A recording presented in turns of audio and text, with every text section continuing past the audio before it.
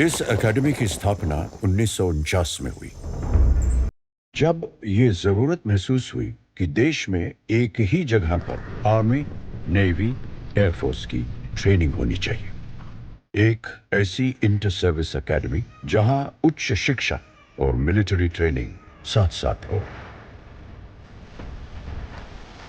Second world war के बाद देश में इंटर सर्विस इंटीग्रेशन की ज़रूरत महसूस हुई और इसके लिए आवश्यकता थी एक जॉइंट ट्रेनिंग इंस्टीट्यूशन की, जहां तीनों सर्विसेज के कैडेट्स को ट्रेन किया जा सके इकट्ठा। इसके लिए एक ब्लूप्रिंट तैयार किया गया और जब तक इस पे चर्चा शुरू हुई तब तक भारत को आज़ादी मिली। फिर एक नए सिरे से तब के उप प्रधानमंत्री सरदार वल्लभ भाई पटेल ने इस काम की शुरुआत की। आज यहाँ पर कैडेट्स की एंट्री एक बेहद ही कॉम्पिटिटिव सिलेक्शन प्रोसेस के तहत होती है और उन्हें यहाँ हम एकेडमिक और मिलिट्री ट्रेनिंग दोनों देते हैं। हमारा मकसद है कि आर्मी, नेवी और एयरफोर्स के लिए स्कॉलर वॉरियर्स तैयार करें जो मॉडर्न वॉरफेयर में किसी भी तरह की चुनौती का सामना करने के लिए हमेशा सक्षम हो।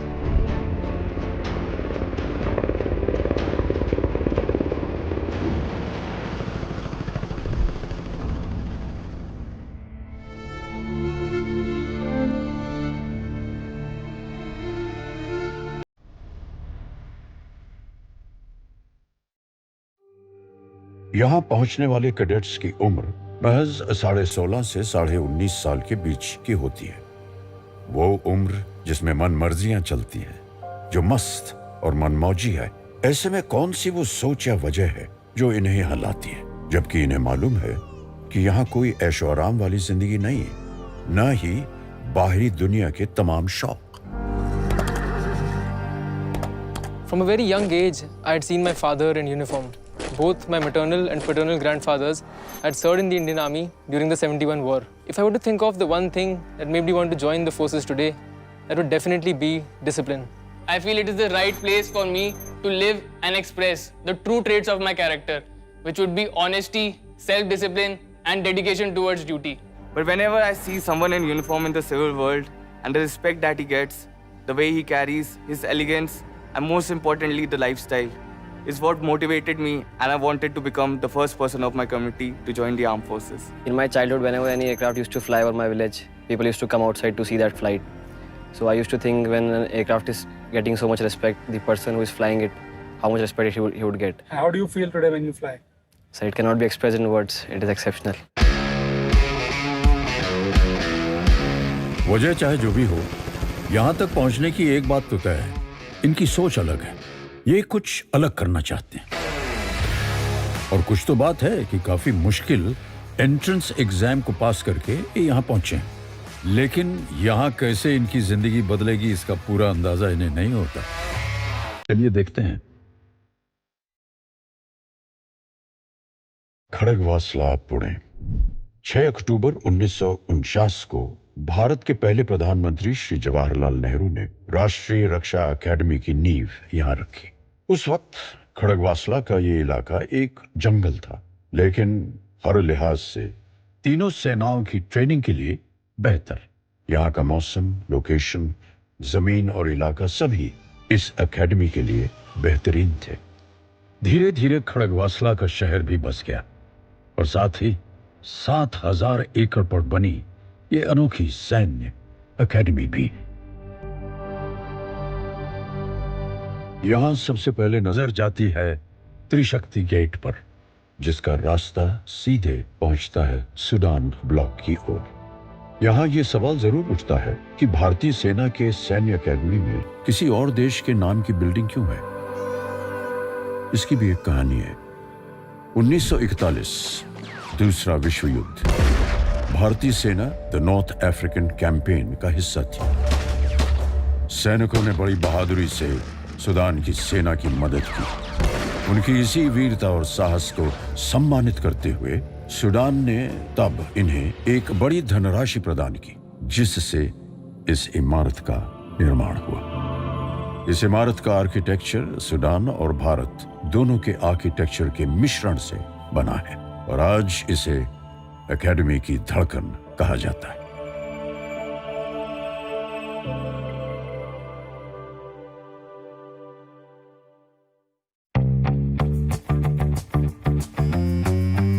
एकेडमी में कदम रखते ही सभी नौजवानों का हुलिया एक सा कर दिया जाता है। कोई किसी से अलग नहीं, एक से बाल, एक सी पोशाक और एक सी चाल ढाल। इन्हें फिर 18 स्क्वाड्रंस में बांट दिया जाता है, जो अब इनके घर बन जाते हैं। सभी स्क्वाड्रनों की अपनी अलग अलग पहचान है, जैसे अपना अलग रंग, अपना अलग झंडा, अपने अनूठे कायदे दस्तूर। साथ ही इमारतों पर इन्हें बनाने में योगदान देने वाले राज्यों के नाम लिखे और इन्हीं कमरों में, जिन्हें कैबिन कहा जाता है, यार दोस्त बनाए जाते हैं, चिट्ठियां पढ़ी जाती हैं, मस्ती मजाक होता है, बीते दिन का ब्यौरा, अगले दिन की तैयारी और वो थकान से चूर गहरी नींद जो आती है एक मेहनत से भरे दिन के बाद। Any cadet that joins NDA is allotted one of the 18 squadrons. Here he learns everything and is taught to live and die for it. He inculcates all the officer-like qualities and lives up to the motto of Naam Namak Nishan or service before self.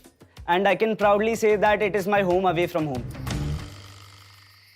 Pay attention, Jaguars! Really, Jaguars! Really, Jaguars!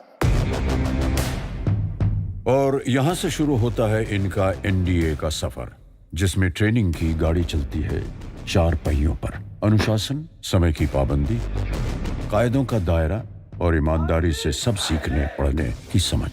Service specific training के साथ साथ joint training, academics, physical training और leadership जैसे अहम पहलुओं पर भी तवज्जो दी जाती है, ताकि प्रत्येक कैडेट को एक योग्य लीडर के रूप में निखारा जा सके। साथ ही उच्च शिक्षा के रूप में जवाहरलाल नेहरू यूनिवर्सिटी के सिलेबस के आधार पर बीए, बीएससी और बीटेक की मान्यता प्राप्त डिग्री भी दी जाती है। एनडीए को सैन्य लीडरशिप की निर्माणशाला के नाम से भी जाना जाता है।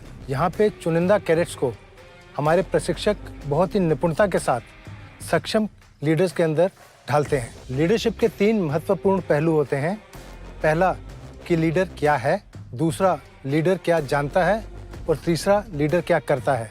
एनडीए में हम पहले पहलू को ज़्यादा महत्व देते हैं, जहां हम कैडेट्स के वैल्यू सिस्टम, उनके चरित्र और उनके लीडरशिप गुणों को और मजबूत बनाते हैं। लीडरशिप की ट्रेनिंग यहाँ कई प्रकार से दी जाती है, जैसे कि हमारे इंस्ट्रक्टर्स के अच्छे बर्ताव से प्रेरणा लेकर, क्लासरूम डिस्कशंस और केस स्टडीज के द्वारा, और सबसे ज़रूरी कैडेट्स के अपने दृढ़ निश्चय से, जिसकी प्रेरणा उनको एक ऑनर कोड का अनुसरण करके मिलती है। I believe that a cadet must be loyal, truthful, trustworthy, honest and forthright under all circumstances.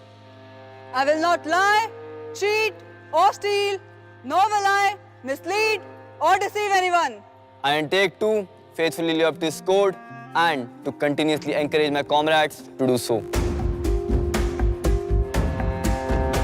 इस ऑनर कोड को अब हर तरह से इनके दिलो दिमाग में उतारने का समय शुरू होता है। एक ऐसी ट्रेनिंग की शुरुआत जो हर तरह से इनका इम्तिहान लेती है, इन्हें तोड़ती है, मरोड़ती है, पटकती है। लेकिन इन सब के बावजूद जब ये कैडेट खड़ा होता है, तब इसका मुकाबला किसी और से नहीं, बल्कि सिर्फ खुद से होता है। ट्रेनिंग यहाँ क्लासरूम या फिर ट्रेनिंग एरियाज में ही नहीं होती। उठते बैठते सोते जागते कैडेट्स पर रहती है कड़ी पकड़। कैसे? वैसे कि इंस्ट्रक्टर्स और ट्रेनर्स के साथ साथ सीनियर कैडेट्स भी जूनियर कैडेट्स को सिखाते हैं। यहाँ हल्की सी भी गलती की गुंजाइश नहीं। यहाँ हर चीज कायदे से चलती है, फिर चाहे वो ड्रिल का अनुशासन हो या फिर कमरे में रखा सामान या एकेडमी में दिखने वाली साइकिलें, जिन्हें यहाँ बाइक कहा जाता है और जिनके अपने अलग नियम हैं। यहाँ बाइक 4-6 के स्क्वाड्स में ही चलती है, यानी जब तक 4 या 6 का स्क्वाड नहीं बनता, आप इंतजार करिए या फिर बाइक लेकर पैदल दौड़िए। ये सारे कायदे इन्हें अनुशासन और फुर्ती के साथ साथ अपने टाइम टेबल पर रहना सिखाते हैं। यहाँ सब साथ साथ होता है, रहना, खाना, सोना, पढ़ना, ट्रेनिंग, यहाँ तक कि पनिशमेंट्स भी। पनिशमेंट्स को यहाँ करेक्टिव एक्शन कहा जाता है, यानी सजा नहीं बल्कि सीखने का मौका दिया जा रहा है। और तभी यहाँ के ये करेक्टिव एक्शन काफी मजेदार होते हैं। There's a funny story about punishments. That is, we don't actually call them punishments here. We call them ragda. because it is said that जितना रगड़ा उतना तगड़ा. यहाँ अक्सर आपको कैडेट्स भागते हुए दिखेंगे. नहीं, ये कोई रेस या एक्सरसाइज नहीं, बल्कि एकेडमी का मशहूर 10-10 का पनिशमेंट है, जिसमें सूडान ब्लॉक से कोंडवा गेट की तरफ कैडेट को 10 मिनट और 10 सेकंड में भागकर वापस आना होगा. भागना तो सभी को है, कुछ को अपने टारगेट्स के पीछे, कुछ को अपने प्राइड के लिए. So are the cadets. In my opinion, life is all about pursuit of objective. And in defense forces, military objectives hold very high significance. So we try to teach and imbibe in them how to be on time, in time, and before time on the objective. That's why you'll find them running.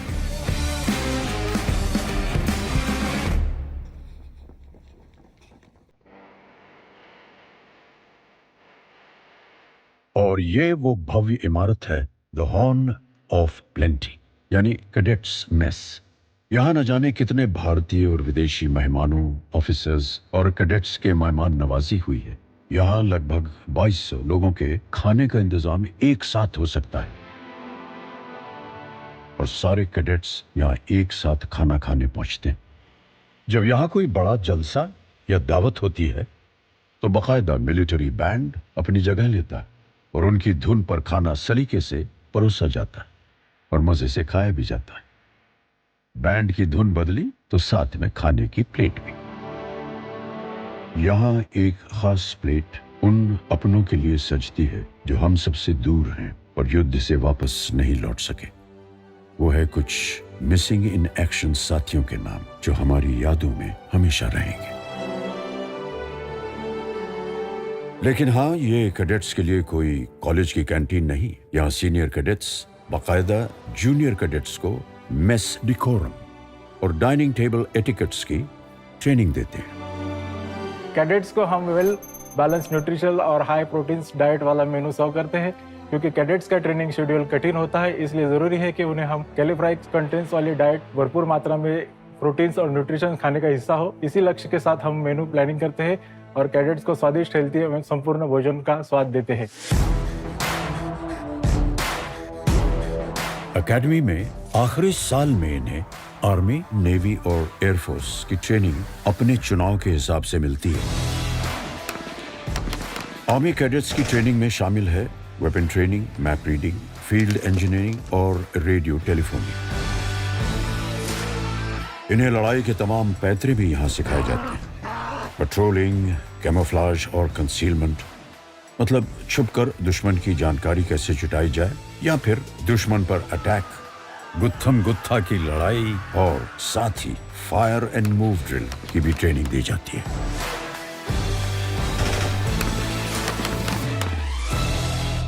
Naval training team navy cadets को peacock बे के वाटरमैनशिप training centre ले जाती है, जहां उनकी practical classes होती हैं.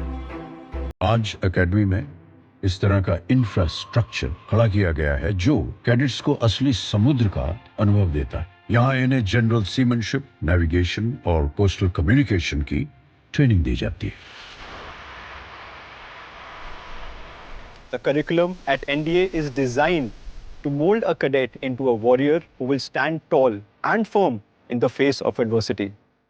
It is our endeavor to equip a naval cadet with the required skill set that will help him navigate the challenges that he might face at sea.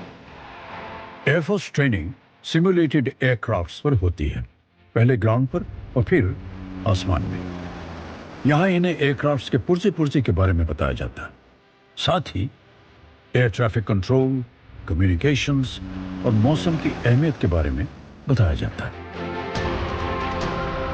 राष्ट्रीय रक्षा अकादमी के इतिहास में उसके 148वें बैच से जुड़ा है एक नया मुकाम.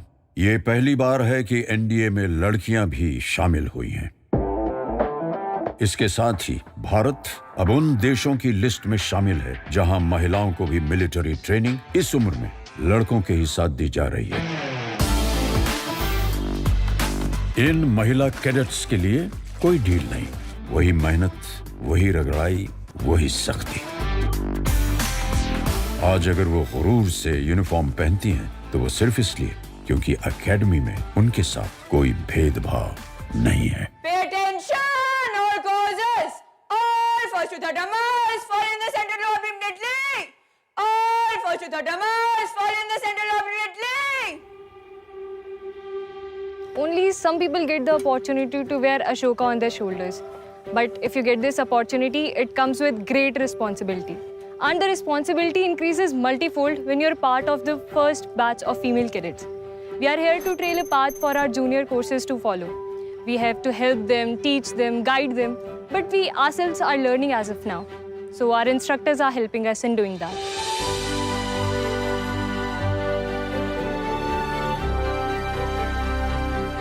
The female cadets train shoulder to shoulder with their male counterparts in the tough routine of the academy. The female cadets who were inducted in the first batch have now become third-termers and have brought down glass ceilings and taken up their space in the academy. NDA की खासियत यह भी है कि यहाँ शुरू से ही friendly foreign countries यानी मित्र देशों के भी कैडेट्स ट्रेनिंग के लिए आते हैं और इनकी ट्रेनिंग में भी कोई कमी या बदलाव नहीं। ये एक बेहतरीन मौका है जब सभी कैडेट्स दूसरे देशों की संस्कृति और सभ्यता के साथ मिलिट्री सर्विस के बारे में भी जानकारी हासिल करते हैं, जो कि जॉइंट ऑपरेशंस के तालमेल में काम आता है। My experience in NDA has been really good because being a foreign cadet coming from Cameroon, I've never had the opportunity of living a military life before. But coming to NDA, I've had the opportunity to learn a lot of good things, and from that I've also drawn inspiration, which I believe is going to help me when I go back in my country as a military officer. ये academy अपनी training को evolve और improve करना जारी रखेगी, जिससे ये ensure किया जा सके कि हमारे ऑफिसर्स वॉरफेयर की बदलती रूपरेखा और ज़रूरतों को पूरा करने में पूर्ण रूप से काबिल हों। मुझे पूरा भरोसा है कि हमारे कैडेट्स फ्यूचर में एकेडमी और देश दोनों का नाम रोशन करेंगे। आधुनिक युद्ध का चेहरा जो भी हो, मिलिट्री ट्रेनिंग का सबसे महत्वपूर्ण काम लीडरशिप ट्रेनिंग ही रहेगा।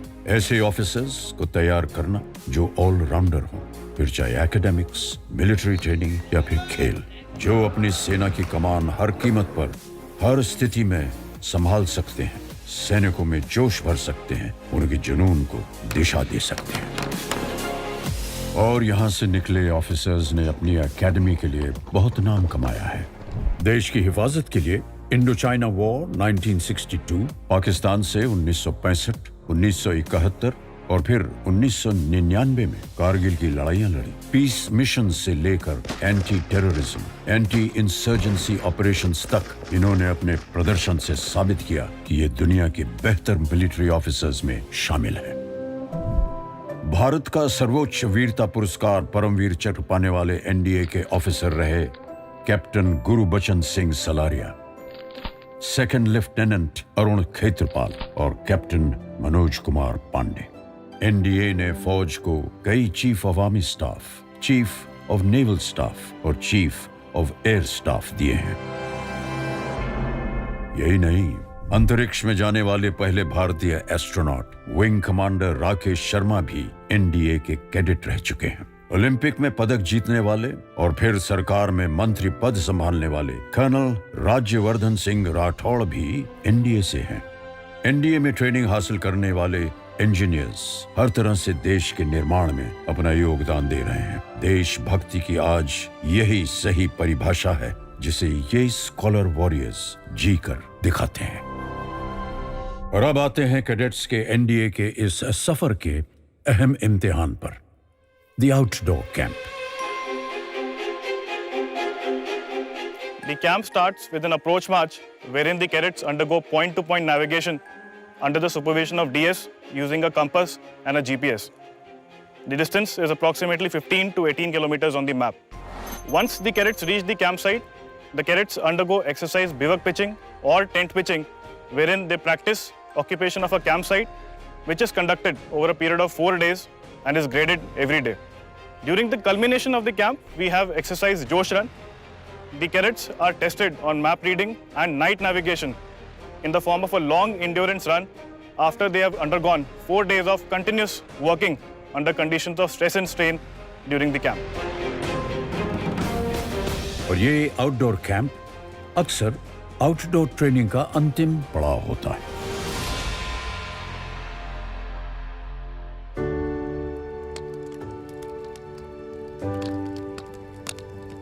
इस रात की गर्माहट में हंसी, खुशी, आंसू सब दिखते हैं। जब यहां मौजूद हर कैडेट बड़े गुरूर से अपने इस सफर को देखता है, उन लम्हों को याद करता है जब उसने पहली बार इस एकेडमी में कदम रखा था।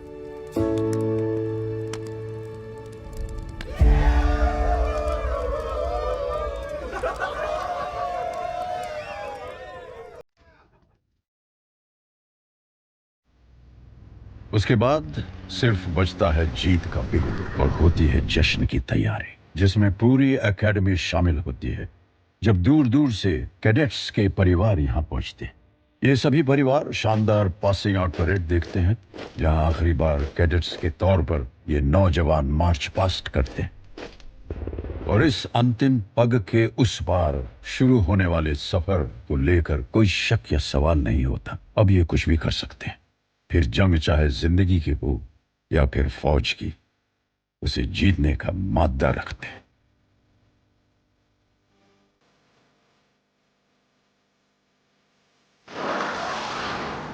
कमांडेंट का जो यहाँ पर स्पीच हुआ था, उस स्पीच में उन्होंने बहुत सारी बातें कही, लेकिन एक बात जो अभी भी मेरे दिल में बैठी है, वो बोले कि पेरेंट्स देखिए, अभी ये जो सब बच्चे पास आउट हो रहे हैं, वो सिर्फ अभी आपके बच्चे नहीं रहे। Now they are the sons of nation. वो अभी घर पे भी आता है, तो हमको भी मतलब उसका जो डिसिप्लिन है उसी हिसाब से हमको चलना पड़ता है। जो यहाँ पे डिसिप्लिन है वही हमारे घर पे भी रहता है। और मैंने 22 साल सेना में एज ए जवान और JCOG के तौर पर मैंने सर्विस की है। और उसके बाद हमने अपने बेटे को सेना में आने के लिए इनकरेज किया। जब मैं अपने बेटे को स्टार लगाऊंगा तो मैं उसको चाहता हूं कि वर्दी में उसको सल्यूट करूं करके।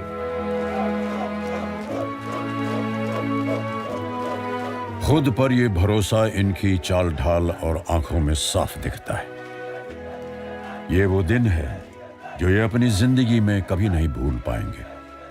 3 साल की इनकी कड़ी मेहनत, पढ़ाई और ट्रेनिंग के बाद यहां से वे आज सिर्फ एक डिग्री ही नहीं, बल्कि जिंदगी जीने का नया अंदाज, गहरी दोस्ती, किस्से, कहानियां और अपने देश की तरक्की में शामिल होने का अवसर भी लेकर जा रहे हैं।